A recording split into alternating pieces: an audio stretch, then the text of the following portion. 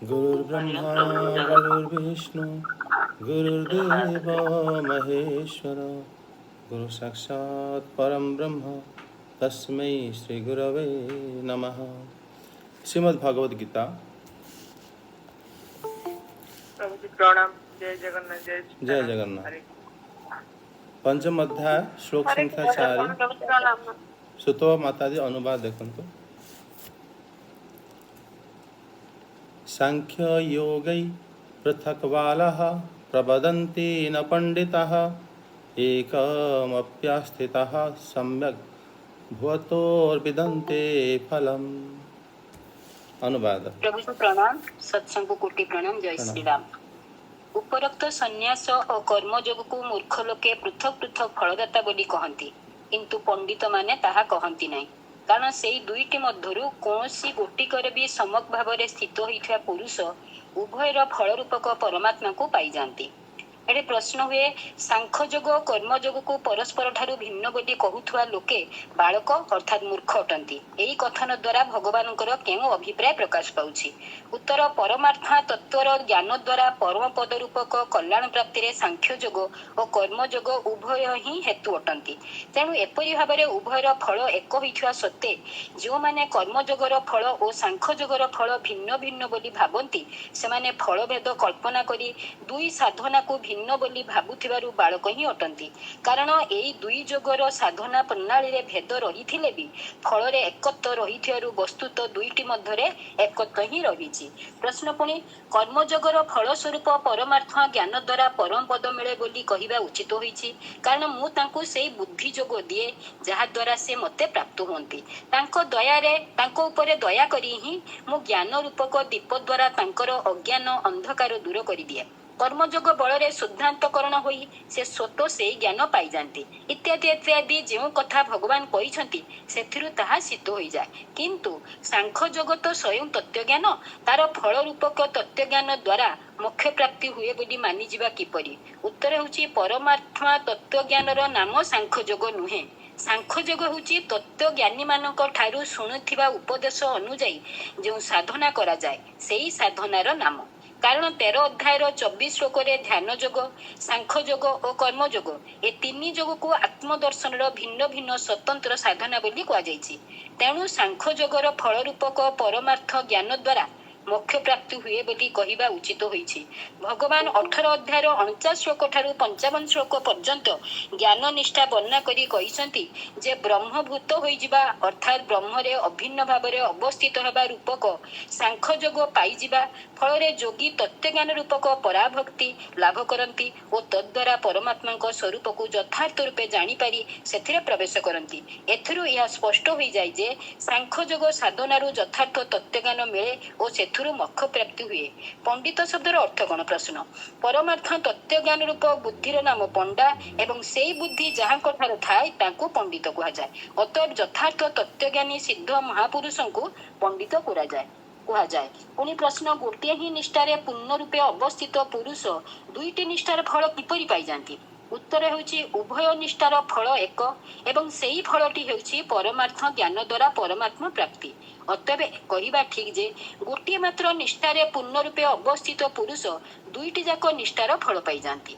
जदि कर्मयोगर फल सांख्ययोग होइथांता एवं सांख्ययोगर फल परमात्मा साक्षात रूपक मोक्ष प्राप्ति होइथांता, तेबे दुईटिरे फल भेद रहिथियारु एपरि कहिबा उचित होई नथांता। कारण एपरि मानिले सांख्ययोगरे पूर्ण रूपे अवस्थित पुरुष कर्मयोगर फल स्वरूप सांख्ययोगरे ते पूर्वर ही अवस्थित अटंती। से पुणी कर्मयोगर फल आउ पांते कौन? एवं कर्मयोगरे पूर्ण रूपे अवस्थित पुरुष यदि सांख्ययोगरे अवस्थित होई ही परमात्मा को पाई जांती, तेबे तो से सांख्ययोगर फल सांख्ययोग द्वारा ही पाते। पुणी गोटे ही निष्ठारे पूर्ण रूपे अवस्थित पुरुष उभय निष्ठार फल पाई जाती बोली कहिबार सार्थकता कौन? एणु एथिरु प्रतीत हुए जे एई निष्ठा दुईटी स्वतंत्र किंतु दुईंकर फल एक।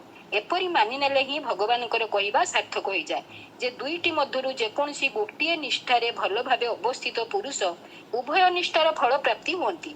13 अध्याय 24 श्लोक भी भगवान एई निष्ठा दुईटी को आत्म साक्षात्कार भिन्न भिन्न दुईटी साधना बोली कहिसंती। पुणी प्रश्न, प्रथम श्लोक अर्जुन कर्म संन्यास और कर्मयोग बोली दुईटी नाम कही प्रश्न करथिले। ପୁଣି ଦ୍ୱିତୀୟ ଶ୍ଲୋକରେ ଭଗବାନ ବି ସେଇ ଦୁଇଟି ଶବ୍ଦ ଦ୍ୱାରା ଉଭୟ କଲ୍ୟାଣକର ବୋଲି ଉତ୍ତର ଦେଇଛନ୍ତି। ଏଠାରେ ସେଇ ପ୍ରକରଣରେ ସାଂଖ୍ୟ ଓ ଯୋଗ ବୋଲି ଦୁଇଟି ନାମ କହି ସେଇ ଉଭୟର ଫଳ ମଧ୍ୟରେ ଏକତ୍ୱ ରହିଛି ବୋଲି କହିବାର ଅଭିପ୍ରାୟ କ'ଣ? ଉତ୍ତର କର୍ମ ସନ୍ନ୍ୟାସର ଅର୍ଥ କର୍ମମାନଙ୍କୁ ସ୍ୱରୂପତଃ ତ୍ୟାଗ କରିଦେବା ବୋଲି ଓ କର୍ମଯୋଗର ଅର୍ଥ ଯଥାତଥା କର୍ମ କରି ଚାଲିବା ବୋଲି ଭୁଲ ବୁଝି ଲୋକେ ଯେପରି ଭ୍ରମରେ ପଡ଼ି ନ ଯାଆନ୍ତି, ସେଥିପାଇଁ ସେଇ ଦୁଇଟିକୁ ଦୁଇଟି ଭିନ୍ନ ଶବ୍ଦରେ ବର୍ଣ୍ଣନା କରି ଭଗବାନ ସ୍ପଷ୍ଟ କରିଦେଇଛନ୍ତି ଯେ କର୍ମ ସନ୍ନ୍ୟାସର ଅର୍ଥ ହେଉଛି ସାଂଖ୍ୟ ଏବଂ କର୍ମଯୋଗର ଅର୍ଥ ହେଉଛି ସିଦ୍ଧି ଓ ଅସିଦ୍ଧିରେ ସମ୍ମତ ରୂପକ ଯୋଗ। ଅତଏବ ଦ୍ୱିତୀୟୋକ୍ତ ଶବ୍ଦ ଦୁଇଟି ପ୍ରୟୋଗ କରି ଭଗବାନ କୌଣସି ନୂଆ କଥା କହିନାହାନ୍ତି। ଏଠାରେ ଅପିରୁ କେଉଁ ଭାବ ମିଳୁଛି? ଅପି ସ୍ପଷ୍ଟ କରିଦେଉଛି ଯେ ଭଲ ଭାବରେ କଲେ ଉଭୟ ସାଧନା ନିଜ ନିଜର ଫଳଦାନରେ ସର୍ବଦା ସ୍ୱତନ୍ତ୍ର ଓ ସମର୍ଥ ହୁଅନ୍ତି। ରହୁଛି ପ୍ରଣାମ। ଜୟ ଶ୍ରୀରାମ। ଜୟ ଶ୍ରୀରାମ, ଜୟ ଜଗନ୍ନାଥ। ଏଠି ବଡ଼ ସୁନ୍ଦର ଭାବରେ ମାତାଜୀ ପୁରା ଅନୁବାଦରେ ମାନେ ତାତ୍ପର୍ଯ୍ୟ ବି ପଢ଼ିଦେଲେ, ତାର ଯେଉଁ ଅର୍ଥ। ଏଠି ଆଉ ଟିକେ ଚର୍ଚ୍ଚା କରିବା। ଏଠି ଶ୍ରୀ ଭଗବାନ କହୁଛନ୍ତି ବାଲାହା, ଯେଉଁ ବାଳା ମାନେ ଅଜ୍ଞ ବ୍ୟକ୍ତି ବା ବାଳକ ଭଳି, ସାଂଖ୍ୟ ଯୋଗ ପୃଥକ। ଯେଉଁ ସାଂଖ୍ୟ ଯୋଗ ଏ ଜାଗାରେ ଶ୍ରୀ ଭଗବାନ ବର୍ଣ୍ଣନ କରୁଛନ୍ତି, ये सांख्य जोग पृथक प्रवदन्ति पंडिता। पंडिता न पंडित माने एभଳି कहन्ति नाही। एकम अपि सम्यक आस्थितः, एका भଳି से भल भाव आश्रय करुथुवा उभयहु फलम विन्दते, से दुईटी जाकर फल को प्राप्त हो जाए। एठी श्री अर्जुन देवंकर प्रथम प्रश्न थिला कर्म संन्यास एवं कर्मयोग रु श्रेष्ठ कौटा। से श्री भगवान कही कर्मयोग जोटा निष्काम कर्मयोग मो मतरे सी अधिक श्रेष्ठ, कारण सेटा बहुत माने ता द्वारा पतनर कौन अभिप्राय न था एवं सी बहुत सुविधारे सी माने ब्रह्म ज्ञान को प्राप्त हो जाए मुक्त हो जाए। श्री भगवान से समय जो कर्म संन्यास एवं कर्मयोग को ये जो श्लोक जमी देवी माताजी पाठ करते से कर्म संन्यास को सांख्य शब्द द्वारा श्री भगवान और स्पष्ट कले कि कर्म संन्यास शब्दर अर्थ है जो माने केवल तत्व ज्ञान को आहरण करते से सांख्य योगी व कर्म संन्यास कहा जाए। किंतु ये जो श्लोक आगे पुणी श्री भगवान कहते कि तापर से दुईटी जाक जे कहते कि भेद, से दुईटी जाक वास्तव में भेद नुह। से विश्वनाथ चक्रवर्ती ठाकुर ए श्लोक जो टीकार कहते कि श्री अर्जुन जो पचारुले श्री भगवान को कि ए दुई जन मध्य श्रेष्ठ कौटा, वस्तुतः एभली नुह, कारण विवेकी पुरुष ता भितर कौन पार्थक्य देखते ना। दुईटी जाक ये ज्ञाननिष्ठवाची सांख्य कहा जाइछि एवं जो कर्म निष्ठ को कहा जाइछि कर्मयोग, एक वास्तव में पृथक जो माने करती से मानकु अल्प बुद्धि माने बालक बा मूर्ख बोली कहा जाए। इति श्री भगवान जो पूर्व श्लोक जो कही कि जो नित्य सन्यासी से माने जो माने गतकाली श्लोक आम एटा को माने पाठ करथिले कि महाबाहु जो व्यक्ति द्वेष करे नाही एवं जो व्यक्ति कौनसी वस्तु आशा करे नाही से वास्तव में सर्वथा सन्यासी बोली बुझा हम। ये श्लोक श्री भगवान जो कहते जो पूर्व श्लोक जो कही माने ए दुईटा जाक एक फल प्राप्त हुअन्ति बोली श्लोक श्री भगवान कहते। कर्मयोग माने भल भाव अनुष्ठान कले कौन हम, जड़े जदि निष्काम कर्म को करे ताहले ताकू कौन मिलेबो, सेठिरु ताकू दिव्य ज्ञान प्राप्त हुए। कर्मयोग जदि जड़े अनुष्ठान भल भाव करे ताहले ताकू ज्ञान उदय हुए एवं ज्ञान उदय द्वारा से माने शेष मोक्ष प्राप्ति होता है। कर्म संन्यासर मध्य मूल उद्देश्य यह था कि तांको दिव्य ज्ञान मिलू एवं दिव्य ज्ञान द्वारा से मोक्ष प्राप्ति होंतु। कर्मयोग एवं कर्म संन्यास दुईटी जाकर उद्देश्य गोटे थिबारु से दुईटी जाक गोटे बोली मानिबाको हबो। तेणु तत्वविद ए भितर कौनसी भेद को देखती ना। तत्वविद जो माने से माने तांको पाई कौनसी असुविधा ना। जड़े कर्मयोग निष्काम कर्मयोग करुछि एवं आ जड़े सांख्य योग करुछि केवल तत्व सब जिनस को जानुछि। से दुईटी जाक गोटे एक कथा विश्वनाथ चक्रवर्ती ठाकुर कहते कि दुई जन भीतर कौन भेद ये नाही, कारण जड़े जदि निष्काम कर्मयोग करे ताहाले ताको परिमाणतः तत्वज्ञानर प्राप्त होता है।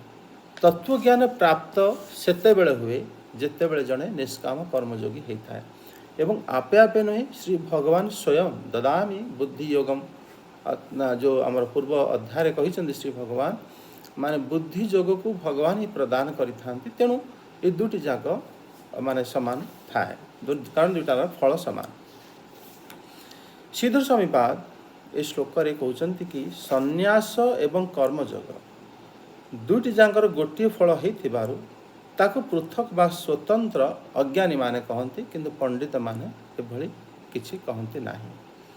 एठी कर्मयोग जने जदि भल भाव रे अनुष्ठान करे ताहले तार चेतना शुद्ध हो जाए एवं चेतना शुद्ध हेले से साधक ज्ञान द्वारा दुईटी जाकर फल ताको प्राप्त हो जाए कारण दुईटी जाकर फल एका से मुख्य। तेणु तार कर्मयोग जो सी माने करी थाए ता द्वारा ताको परंपरा स्वरूप से ज्ञान को दिव्य ज्ञान को ताको भगवान प्रदान करुथबारु तार फल दुईटी जाकर एका। तो एभली भाव रे माने सेठी श्रीधर स्वामीपाद मध्य ए श्लोक रे से टीका को कहउचंती। एठी माने श्री रामानुजाचार्यपाद ए श्लोक रे माने कहउचंती कि जो ज्ञान योग एवं कर्म योग दुटी योग विषय एठी एबे चर्चा चली। दुटी जांकर फल भेद पृथक ए जगार केवल बालक एवं ज्ञानशून्य व्यक्ति ही कही थांती। अभिप्राय या कि कर्मयोग केवल ज्ञान योग को ही प्राप्त कराई थाए। तेणु एठी माने श्री रामानुजाचार्य स्पष्ट कही दउचंती कि माने कर्मयोग ज्ञान योगम एव साधयति। केवल जो ज्ञान योगटा आपे आपे आसे नाही से केवल जड़े बसी कौन जगार शुणा बा अध्ययन कले ज्ञान आसे नाही। निष्काम कर्म कले ही तापरे ए ज्ञान आपे आपे हृदय रे उदित होता है। नहले आत्मज्ञान को बुझीबा बा शुणिकी बा लाइब्रेरी बसिकी पढ़िकी आमे आत्मज्ञान केबे लाभ करि परिबानी से अनुभव आसीबो नाही। से अनुभवटा निष्काम कर्मयोग कले ताहले जाय फल आशा न रखी कर्म कले से ज्ञान आपे आपे हृदय भीतर उदय हो जाए। तो ये श्री रामानुजाचार्य स्पष्ट कहते जे कर्मयोग केवल ज्ञान योग को ही प्राप्त कराई था और जो मैंने आत्मज्ञान केवल ज्ञान योग द्वारा ही करती एवं एथिरे फल भेद दुई जन जाकर अलगा न थाए से गोटे फल दुई जन जाक मिली थाए। एकमात्र आत्मज्ञान द्वारा ही आत्मज्ञान जार फल। तेणु एभली भाव साधना भेद दुईटी जाकर न थाए। तेणु मनीष गोटे मान जड़े जदि साधक ए प्रकार मान साधना करि थाए ताकू गोटे फल प्राप्ति होता है। ये श्रीपाद शंकराचार्य ए श्लोक रे माने कहउचंती कि माने जो माने बालक बुद्धि सांख्य योग पृथक विरुद्ध भिन्न फलो बाला प्रबदंती न पंडिता। पंडित माने ए विषय रे कौनसी प्रकार संदेह करती ना बा पृथक देखती ना किंतु बालक माने बा ज्ञानहीन लोक ए विषय रे जानती कहती कि दुईटा जाक अलगा।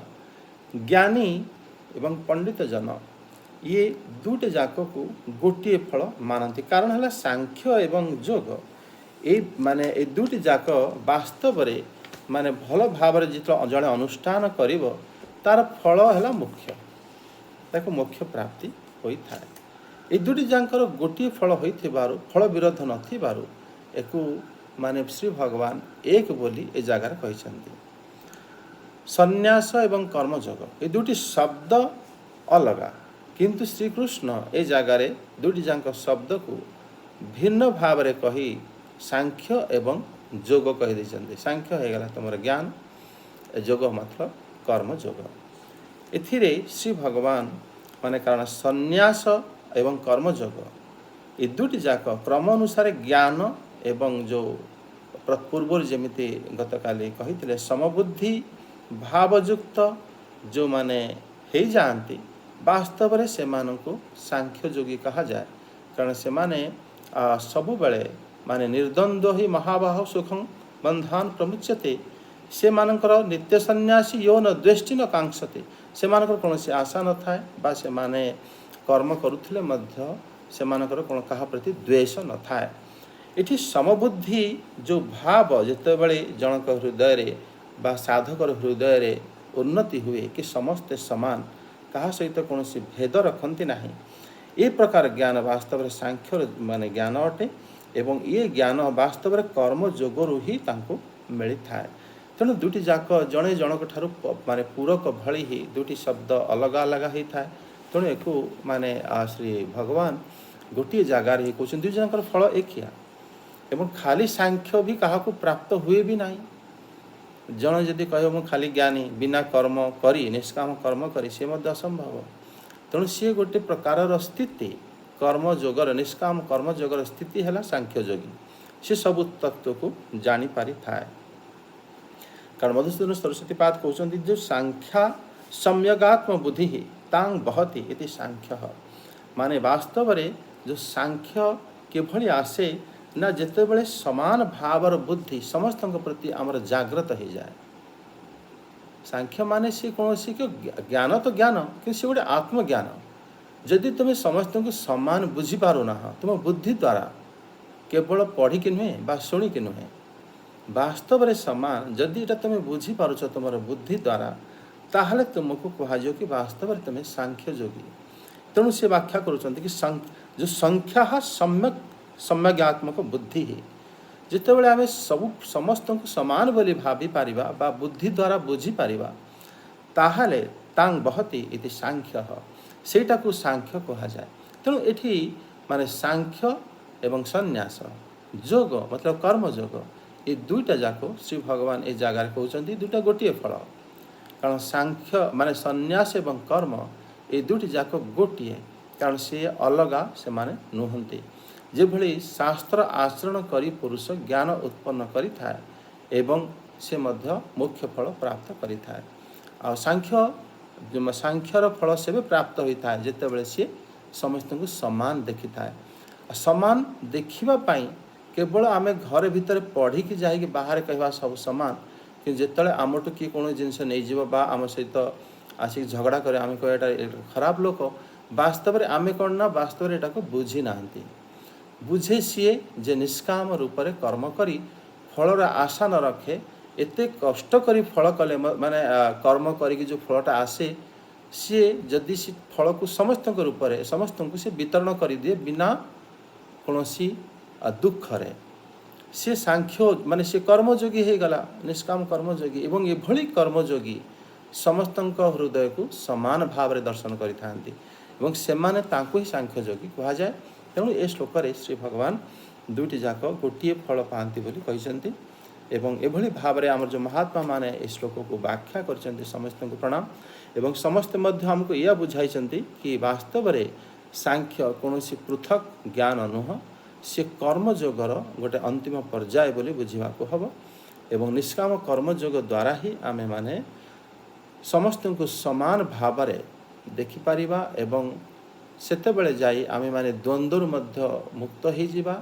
ଏ ଅବସ୍ଥାରେ ସିଏ ନିଶ୍ଚିତ ରୂପେ ତତ୍ତ୍ୱଜ୍ଞାନୀ ହୋଇଯାଏ ଏବଂ ସିଏ ମଧ୍ୟ ସେଇ ଫଳ ପାଏ, କର୍ମଯୋଗୀ ମଧ୍ୟ ସେଇ ଫଳ ପାଏ।